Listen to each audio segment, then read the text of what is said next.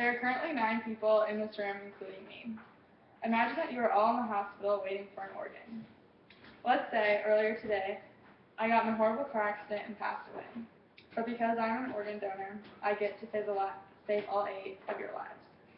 You have renal failure and have been waiting in the hospital for almost 5 years because kidney transplants are of the highest demand. You have severe liver disease and have been in the hospital waiting for a new liver for 145 days. If you get my liver, you have a 93% chance of survival. You have heart failure and have been waiting in the hospital for 441 days. That's 1 year and 2.5 months. If you get my heart, you have an 81% chance of survival. You were born with cystic fibrosis and have been waiting in the hospital for 265 days. If you get my lungs, you have an 82% chance of survival. You were born with short bowel syndrome. You can't properly absorb the nutrition your body needs because your intestine is abnormally small. You've been waiting in the hospital for 6 months. If you get my small bowel, you have a 65% chance of survival. You have type 1 diabetes and have been waiting in the hospital for 395 days. If you get my pancreas, you have an 88% chance of survival. You have a severe burn and need a skin transplant. If you receive a skin graft from me, you have a 90% chance of survival. And finally, you have a severe eye injury. If you get my corneas, you will be one of the 3,660 people who have their eyesight restored in the U.S. this year. Like I said earlier, I died in a horrible car accident, but on the bright side, I've saved all 8 of your lives. How cool is that? I'm here today to talk to you about the importance and need for organ donors. Raise your hand if you're an organ donor. Organ donation, by definition, is the process of giving an organ or part of an organ for the purpose of transplantation into another person.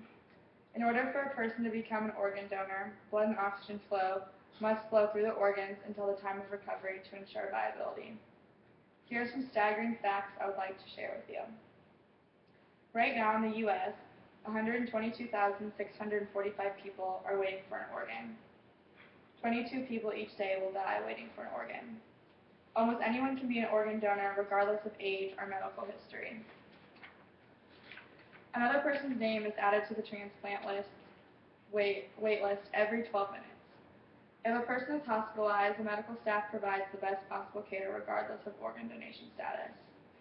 Most major religions in the U.S. support organ donation and consider donation as the final act of love and generosity towards others.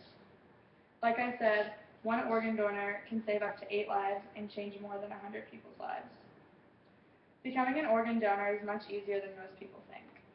You can have the universal organ donor symbol of a heart put on your driver's license, but if you don't have it on your license and don't want to go stand in line at the DMV for hours, you can go to organdonor.gov and register in your state. I want to share with you some testimonies encouraging organ donation from family members who've lost loved ones but then saved lives. Michelle is a donor sister from California. 3 weeks ago, my 18-year-old brother was killed in a car accident. Once the ER doctors told us he was gone, my family and I didn't think twice about donating his organs. My grief over his death is very strong, and it's very hard to admit that he isn't coming back. 2 days after he died, the donor network told us that 70 people are going to benefit from my brother's death. So for all the people out there who are on this list, your time will come. Unfortunately, my brother didn't have a choice in his death, but once he was gone, he helped so many people, and for all I know, he's still living in you. Jean, a donor mother from New Jersey. On October 27, 1999, I received a phone call no parent wants to receive. I was told my 27-year-old son, Michael, had been in an automobile accident near his job. While being transported to the trauma center with a head injury, he suffered a cardiac arrest. Being a former ICU nurse, I knew how seriously he was injured. What helped our family through those days at the hospital was knowing that Michael had chosen to become an organ donor in the event of his death. Sharing that fact just 2 weeks prior while attending yet another family funeral. This is not an easy subject for people to hear, but for those 76,000 people on the national waiting list, we are all mandated to talk to whomever will listen. Claudia, an organ donor from New York. I'm an organ donor mom. My son was killed by a drunk driver on May 16, 1999. He was a successful stockbroker and was engaged to be married. I gave all of his organs and tissue. Up to 13 people live because of his gifts. Crippled children walk, and 2 women burned in a house fire are alive due to his tissue gifts. Mary, a donor mother from Missouri. Following the loss of my husband and 2.5-year-old son in an automobile accident caused by a drunk driver, I was able to donate my son's organs. That was over 8 years ago, and I am still so thankful that I was given the opportunity to donate Johnny's organs. My story does not end in a sad tragedy, but new life came from my tragedy. There are 2 children alive today because of the gift of donation. There are so many important reasons to be an organ donor, but the most important is to give the gift of life.